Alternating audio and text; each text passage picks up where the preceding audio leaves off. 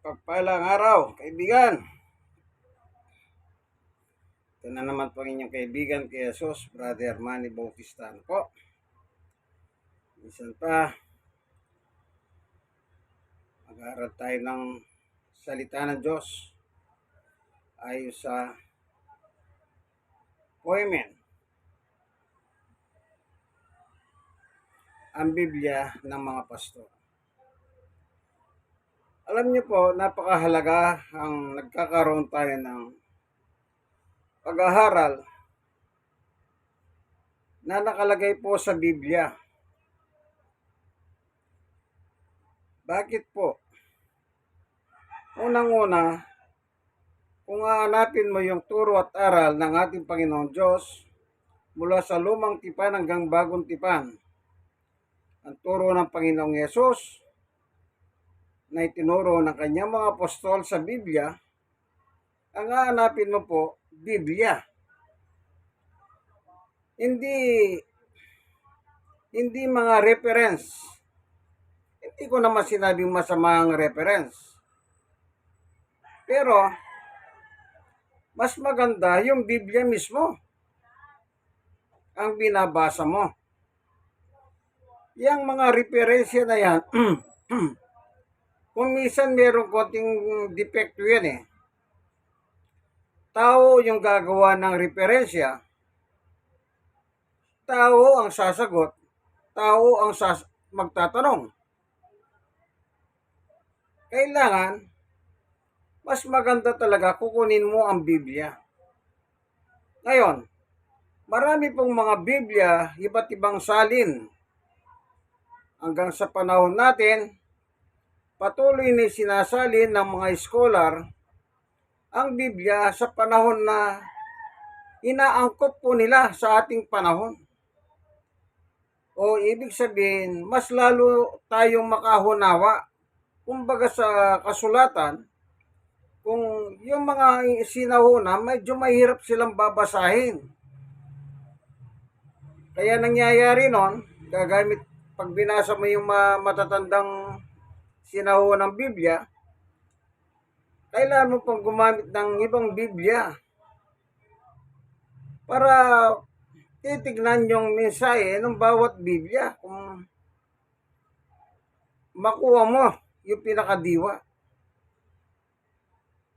Ngayon, ang ginawa ng mga scholar, yan, pinagagahan nila hanggang sa madali nating maunawahan ang kasulatan. Maganda po inaangkop na po nila sa ating panahon. Yung ating mga dialect, yung ating mga lingwahe.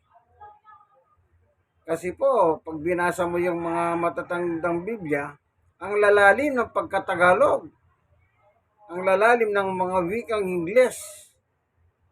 Po, kaya mas maganda na ngayon, pinagagahan nila na masigit nating maunawahan ang Biblia. Po, kaya lang tayo gumagamit ng ibang Biblia kung minsan hindi natin makuha yung diwa ng isang talata. Kaya pag nagbasa ka ng ibang Biblia, halos maunawahan mo na ang gusto niyang sabihin. Ako, gumagamit po ako ng ganun sistema para lang makuha ko yung tamang mensahe ng nilalaman ng bawat talata na gusto mong ipahayag. Ngayon, tayo muna po ay panandaliang mananalangin. Hingin natin ang tulong ng Diyos upang tayo po ay makinabang. Panginoon Diyos, aming Ama na makapangyarihan sa lahat. Maraming po salamat.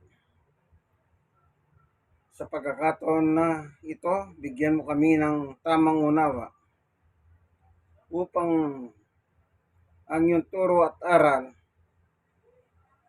ay amin pong maunawahan, Panginoon Diyos. Sapagkat ang iyong turo at aral ay pagkain ng aming kaluluwa. Maraming salamat po aming Diyos sa ngalan ng Panginoong Yesus. Amen. dito sa Biblia, ang mga kasaysayan, history, kagaya ngayon dahil magmamahal na araw, ano ba yung mga kasaysayan? Na kung manonood ka ngayon ng television, social media, nakikita mo na yung ginawa ni Jesus noon ay inuulit nila o dinadramatize nila. Po, para sumariwa sa isip natin kung ano yung nangyari noon na bago dumating ng ating Panginoong Yesus ay pagkanulo ni Judas. Ano po? Yan ang nakikita natin. O kagaya na lamang kung manood ka ng Passion of Christ sa Biyernes Santo, yan. Yung 10th Commandment, yung may kaugnayan sa buhay ng ating Panginoon. Marami na pong mga moving ginawang ganyan. At yung iba naman, nakatranslate naman sa lingwahe ng bawat bansa. Kagaya sa atin bilang Pilipino, nakakapanood na tayo ng translation ng wikang Pilipino. Maganda yun. Para maunawaan natin yung movie na pinalabas noon pa. Opo. Ngayon, yung paggunita sa mahal na araw, alam niyo po ba kung Biblia lang ang ating pagbabatayan, napakaganda ang mensahe niyan.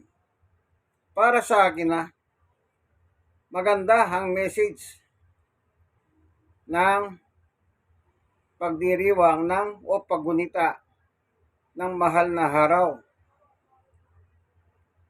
Kunin natin yung buhod. Bakit merong isang Yesus na ipinako sa krus? Ano po? Ano yung purpose? Bakit merong Yesus na ipinako sa krus? Sa Bible po, babasa tayo, Yang tungkol sa Panginoong Yesus. Total, siya naman ang main character ng mahal na araw. So, siya ang ating kunin po sa Biblia. Ano po ang nakalagay dito sa Biblia? Hanapin lang natin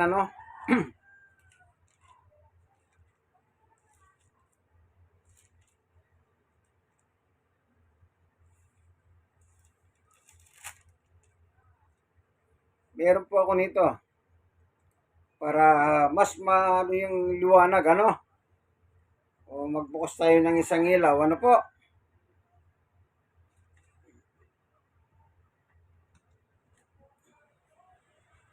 Ayan.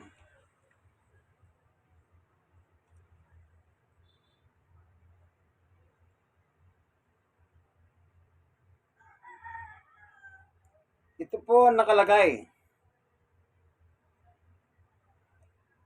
Unang Timoteo 1:15. Totoo ang pahayag na ito at dapat paniwalahan ng lahat. Si Kristo Jesus ay dumating sa sanlibutan upang iligtas ang mga makasalanan. At ako ang pinakamasama sa kanila. Ang sabi ni Pablo, ulitin natin, si Kristo Jesus ay dumating sa sanlibutan. Ano po? Sanlibutan. Upang iligtas ang mga makasalanan. Sino yung makasalanan? Tayo, mga tao. Saan pumasok si Jesus? sa sanlibutan dito sa mundo natin. Kasi tayo ay nasa mundo. Kaya yung sanlibutan, tayo po yung bumubuo ng sanlibutan. Pumasok si Jesus dito sa sanlibutan. Tignan pa natin yung isang talata.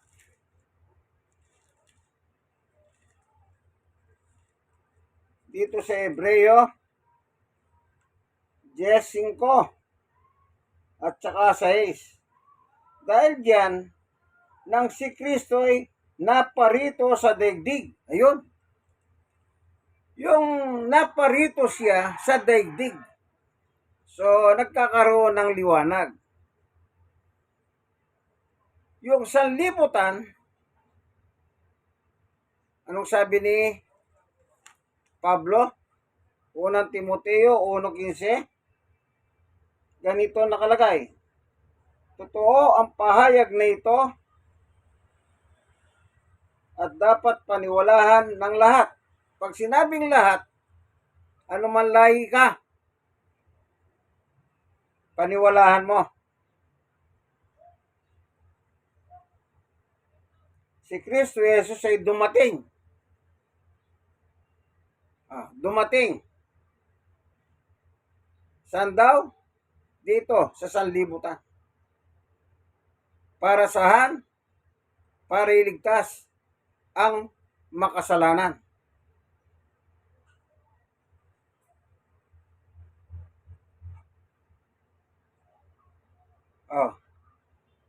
Napakaliwanag na, di ba?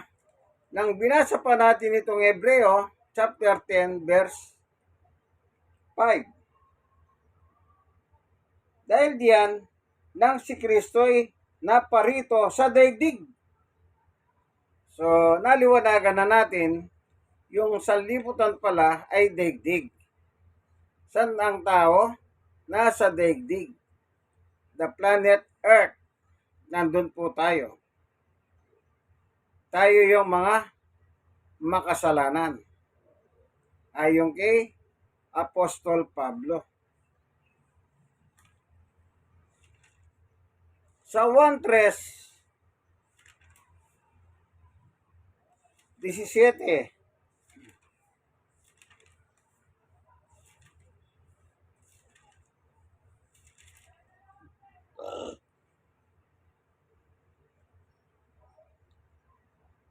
isinugo ng Diyos ang kanyang anak. Sino po ba yung anak ng Diyos? Maliwanag po, may anak ang Diyos. Isinugo niya. Ang tanong ganito, nasaan ang Diyos? Nasaan ang Diyos? Naalala niyo po ba yung turo ni Jesus na panalangin? Basahin ko po. Chapter 6, verse 9.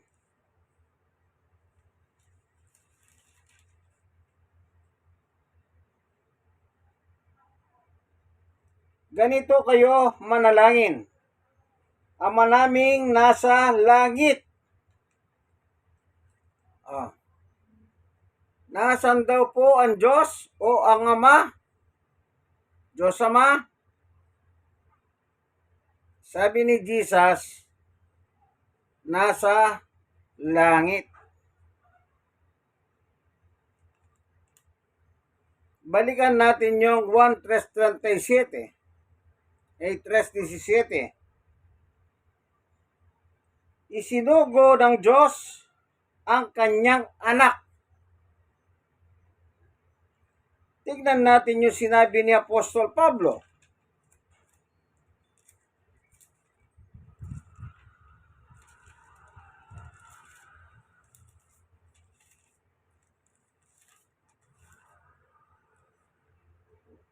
Galatia 4:4.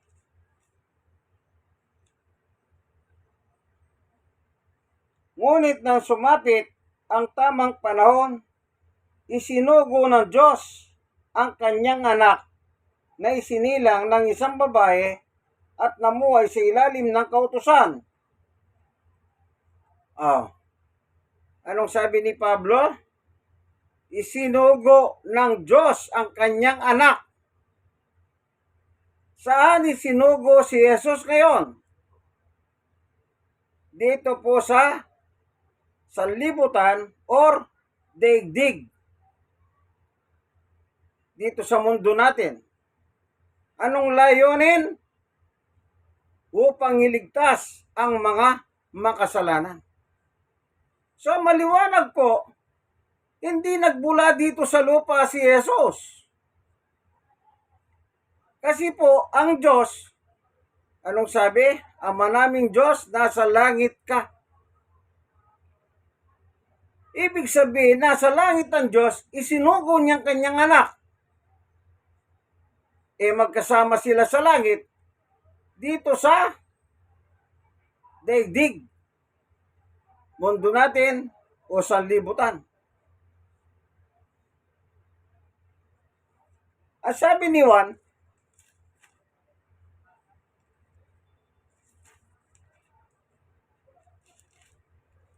unang 1, chapter 5, 19. Ang buong sanlibutan ay nasa kapangyarihan ng dyablo. Entire universe, the world, the planet Earth, buong sanlibutan. Anong sabi ni Juan? Nasa kapangyarihan ng dyablo.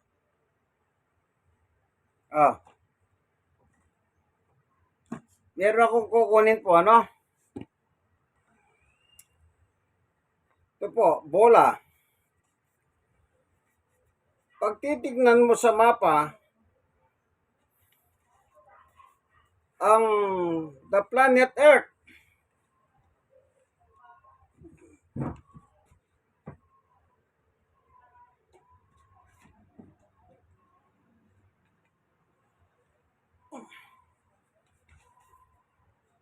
dito po tayo sa labas. Hindi po tayo sa loob na. Dito tayo sa labas. Kaya po hindi tayo nahuhulog kahit gumagalaw yan dahil po sa gravity. Dahil sa gravity. Kaya yung mga astronaut, mula sila dito, lumipad, nang lumabas na po sila sa gravity ng Earth, nakalutang sila. At wala nang hangin doon, meron siya ng dalang oxygen na kasakay sa likod nila para sila mabuhay. Opo. Ayan. Bola, nakatayo tayo dito. Ito yung gravity. Merong hangin dito, kaya tayo humihinga. Pero pag lumabas na tayo sa gravity, wala na pong hangin. Nakikita nyo yung mga napapanood ng mga astronaut? Di ba nakalutang sila? Yan. Ang sabi ni Juan, ang buong daigdig o buong sanlibutan ay nasa ilalim ng dyablo o kapangyarihan ni Satanas. Parang ganito. Yan. Parang hawak ni Satanas ang daigdig. Nakita nyo po? Illustration, ha?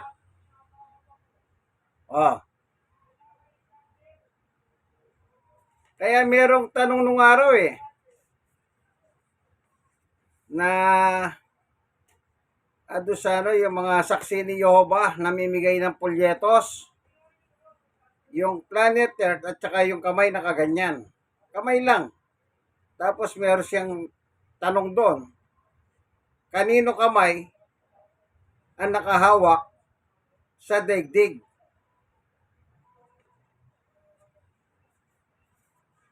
Opo, kanino kamay? Kaya bilang makasalanan, hindi tagalupa si Jesus, hindi nagmula sa lupa si Jesus. Kumbaga, ito yung digdig natin, so, pumasok siya, pumunta siya rito. Kasi po, tagalangit siya kasama ng kanyang ama. O, maliwanag ha. At saka si Jesus, mula't simula pa, magkasama sila ng Diyos, wala pang daigdig, wala pang nalika, sila po'y magkasama na. In the beginning, sa pasimula, magkasama na po sila. Ay. Nakakabuo na ba kayong konklusyon? O basahin ko yon.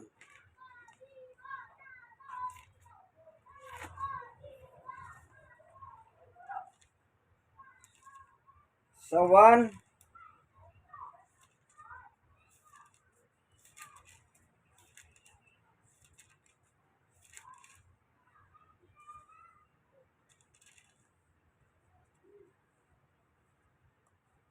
uno.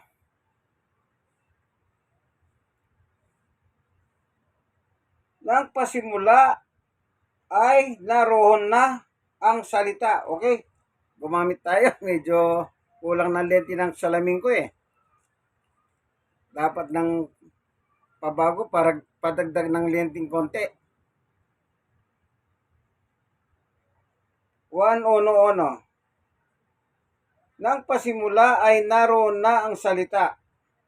Ang salita ay kasama ng Diyos at ang salita ay Diyos. 2. Sa pasimula ay kasama ng Diyos ang salita. 3. Nilikha ang lahat ng bagay sa pamamagitan niya at walang anumang nalika nang hindi sa pamamagitan niya. Ayun. Maliwanag po sa Poimen Bible, nang pasimulay naroon ng salita. Ang salita ay kasama ng Diyos. So magkasama po yung salita at Diyos. Ano? Sa pasimula ay kasama na ng Diyos ang salita. Oh. Kaya nga po nasa langit silang pareho. Yung langit hindi nakikita ng ating mga mata. Kaya pumasok po ngayon, dumating dito, na pinanganak ng isang babae. Tayo, nasa labas tayo, yung babae nasa labas, si Maria. Ipinanganak ng isang babae. Sino po ba ang nanganak kay Jesus? Hindi ba si Maria? Ngayon, basahin po natin yung Hebreo. Balikan natin.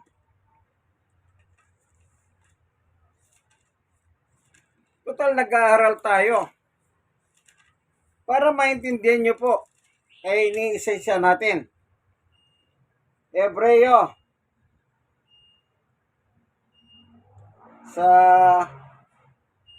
Sa verse 6.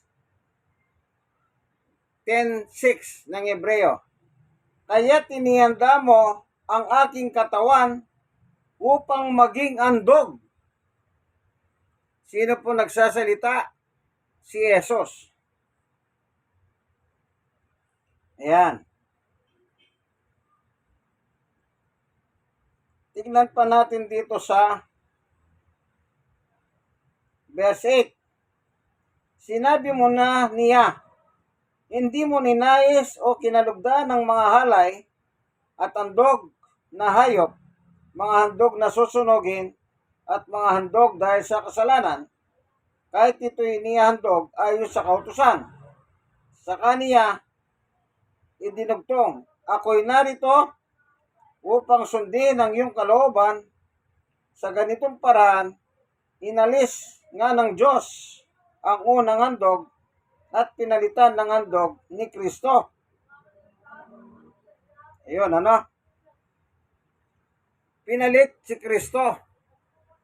Kasi po, ang handog noon, ayop para matanggal yung kasalanan mo, taon-taon.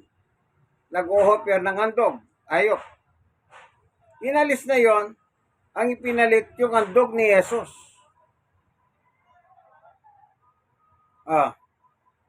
Paano mo ngayon mayahandog si Jesus? Ang ginawa ng Diyos, pinaglahanan niya ng katawang gaya ng katawan natin. May laman at dugo na nandun po sa sinapupunan ni Maria sa kanyang bahay bata. Kaya ang nangyari, nagdalang tao si Maria. Nagdalang tao. Kasi po yung katawan, inihanda ng Diyos na ipinanganak ng isang babae. Si Maria yun. Kaya ipinanganak ni Maria, tinawag nilang Jesus. Yung katawang laman. Jesus. Pero yung Kristo, yun yung kasama ng Diyos sa langit. Kristo siya. Tingnan natin dito sa Mateo. Naalala niyo po ba yung yung water baptism ni Jesus? Ano po? Tingnan lang natin,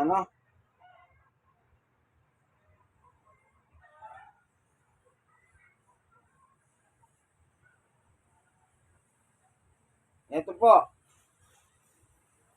Sa Mateo 16:13.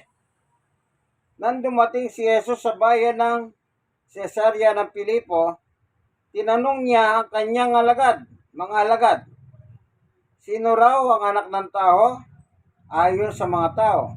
14. At sumagot sila, ang sabi po ng ilan, tayo si Juan na nagbabautismo o tagabautismo. Sabi naman ng iba, kayo si Elias. At may nagsasabi pong kayo si Jeremias o isa sa mga propeta.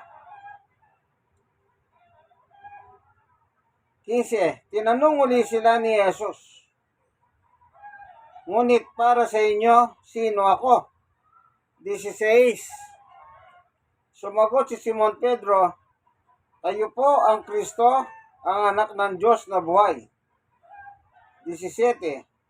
Sinabi sa kanya ni Jesus, pinagpala ka Simon na anak ni Jonas, sapagkat ang katotohanan ito hindi inihayag sa iyo ng sino man tao, kundi ng aking Ama na nasa langit. Nang tanungin ni Jesus ang mga halagad kung sino siya para sa kanila.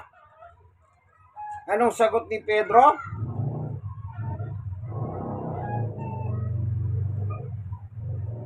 Sumagot si Simon Pedro, kayo po ang Kristo, ang anak ng Diyos na buhay. Maliwanag, ang kausap niya ng harap-harapan, face to face, walang face mask, walang face shield, ay walang iba kundi si Jesus.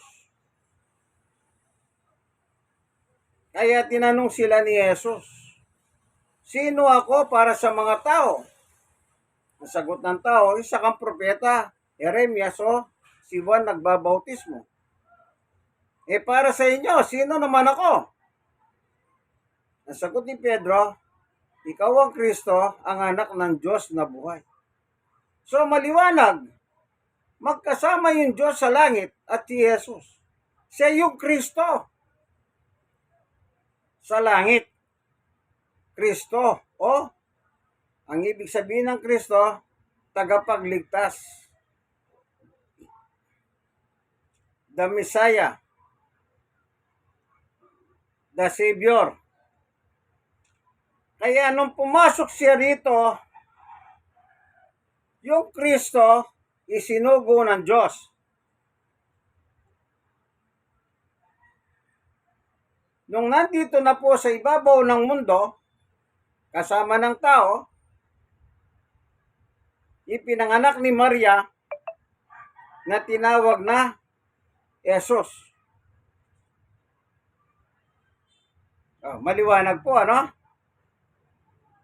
Meron siyang pinanggalingan o pinagmulan. Saan? Sa langit. Ibinaba rito. Ibig sabihin po, sa dami ng talata na nating nagamit, nagmula talaga siya rito. Ay nagmula siya sa langit. Si Jesus mismo, tignan natin naman si Jesus. Sa 1:13. Anong sabi naman ni Jesus?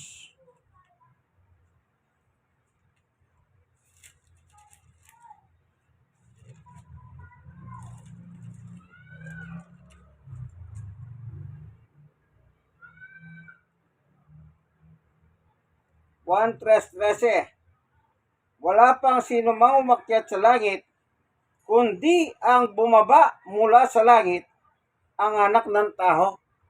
Oh. Sinong bumaba mula sa langit? Ang sabi ni Jesus, ang anak ng tao. Maliwanag po sa kanya na siya'y tagalangit.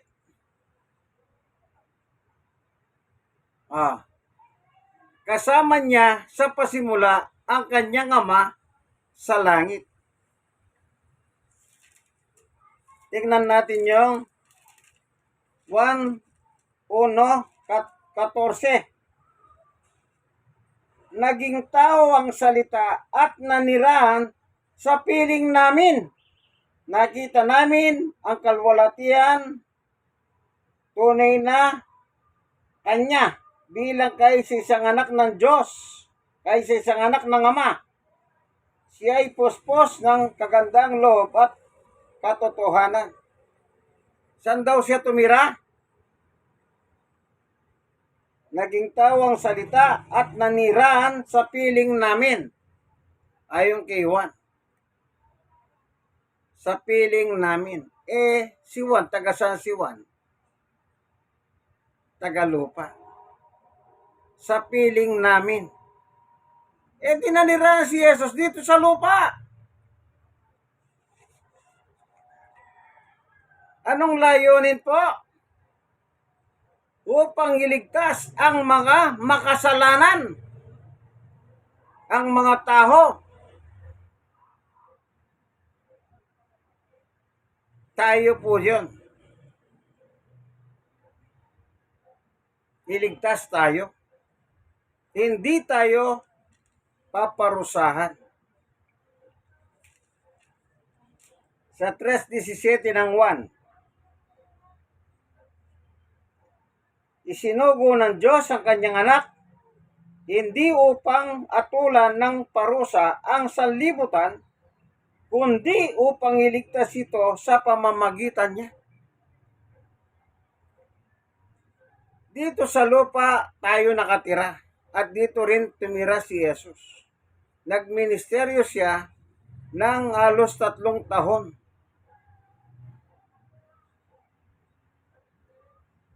Inatulan at namatay. Kaya nga po yung mahal na araw, nung nakapako na siya sa ibabaw ng krus, anong sabi niya? Tapos na. It is finished. At niyukayok ang kanyang ulo at nalagot ang kanyang hininga. Nagawa na po niya ang pagliligtas sa tao. It is finished.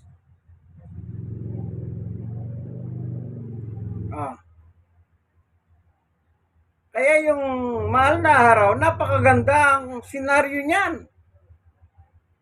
Pagliligtas ang purpose niya. Pero sa isang banda, tignan niyo po, Saan nagmula ang Kristo?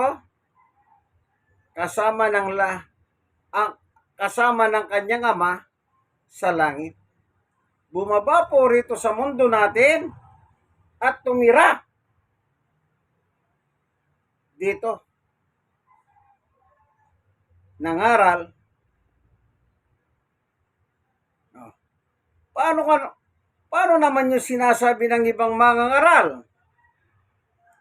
Si Jesus daw tao, hindi Diyos. E bahala na po kayo. Ako wala akong binawas sa nakasulat, wala akong dinagdag. Ini-illustrate ko lang sa inyo para mas higit ninyong makuha ang mensahe. Halimbawa, ganito. May mga nagtuturo si Jesus daw ay tao, hindi Diyos, na gaya ng kanyang ama.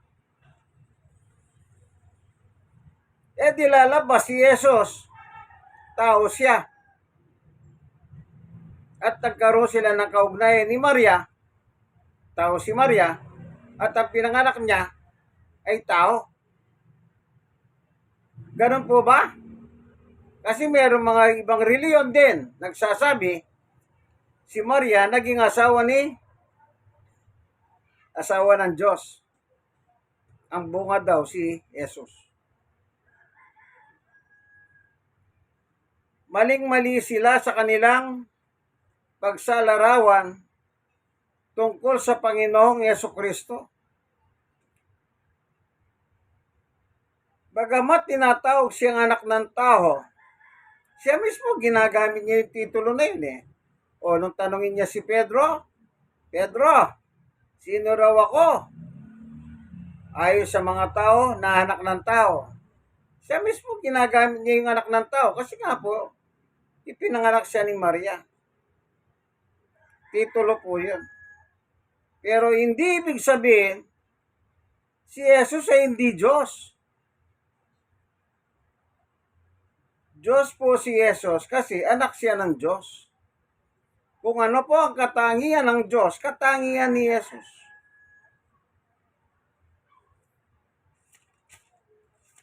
Ano po? Tignan natin dito. Sa Pilipos, ang sabi ni Apostol Pablo,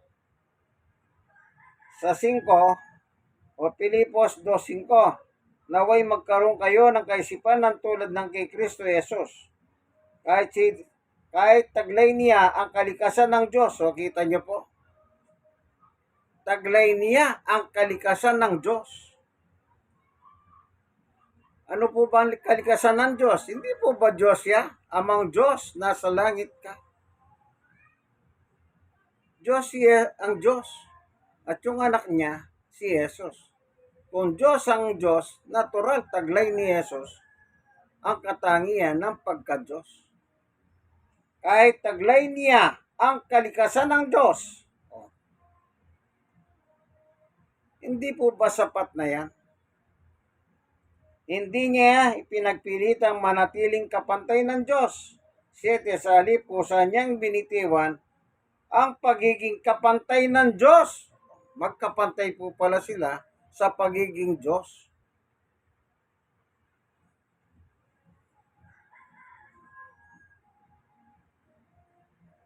At na muhay na isang alipin. Ipinanganak siya bilang tao at nang siya'y naging tao, ay maging tao. 8. Nagpakumbaba siya at naging masunurin hanggang kamatayan. Maging ito man ay kamatayan sa krus. Yun. Nagwakas yung kanyang ministry sa krus.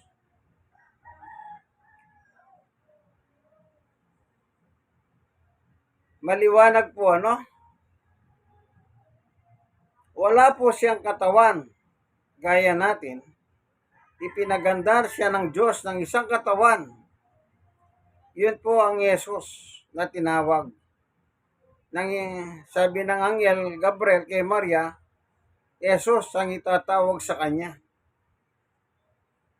yung dinadalang tao niya o pinagbubuntis niya na mula sa Espiritu Santo. Kasi po, Espiritu ang Diyos, Espiritu po ang kanyang anak. Kaya pinagbubuntis niya mula sa Espiritu. Kaya nung bumaba dito sa lupa, yung katawan po nakahanda na dito sa sinapupunan ni Maria.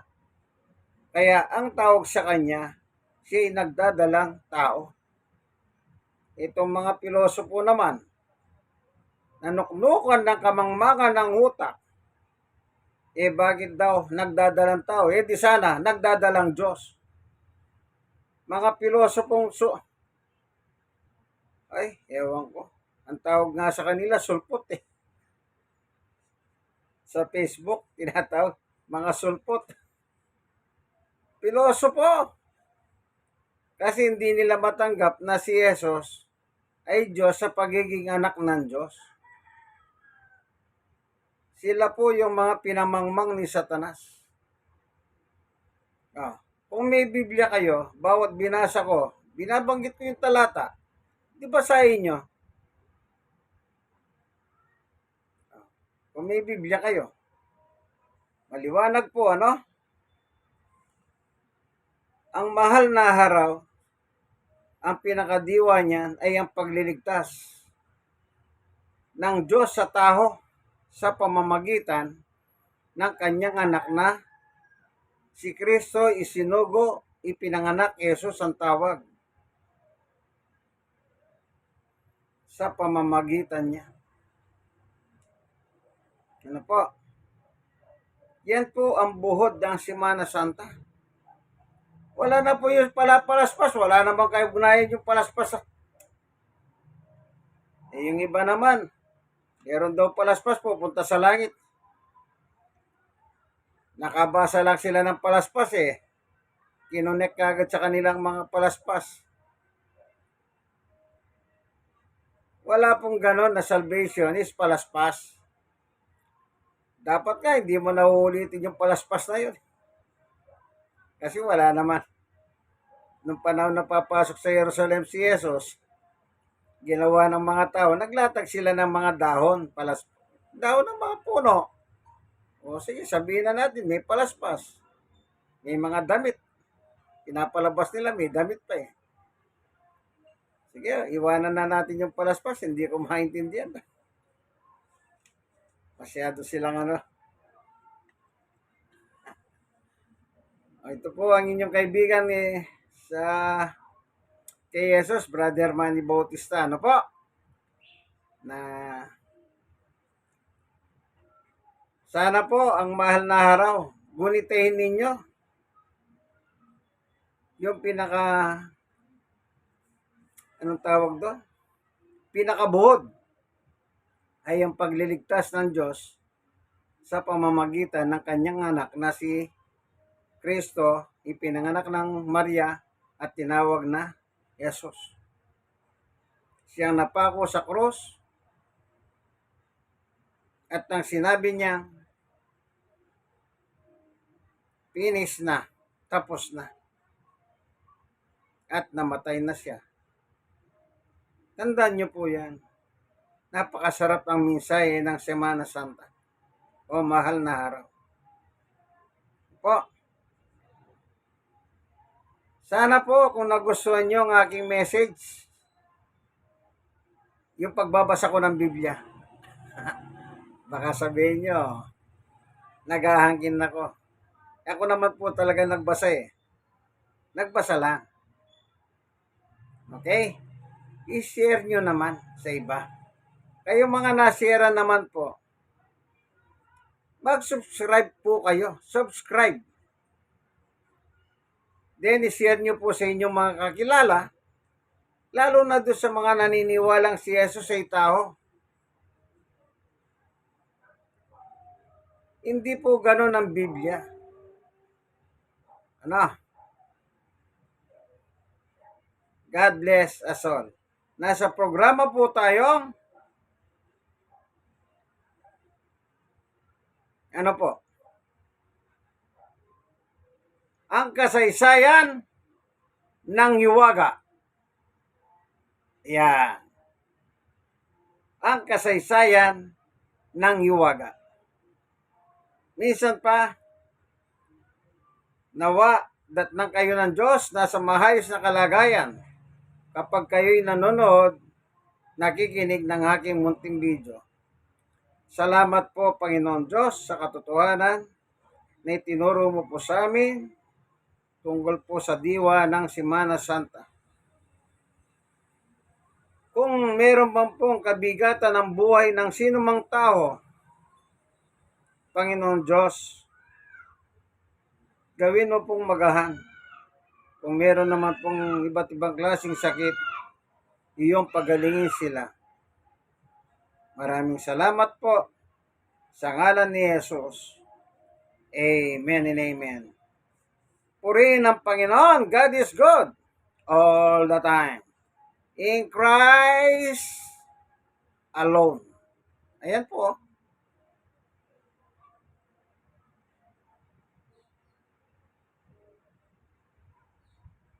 Ayan. In Christ alone. God bless us all. Bye-bye!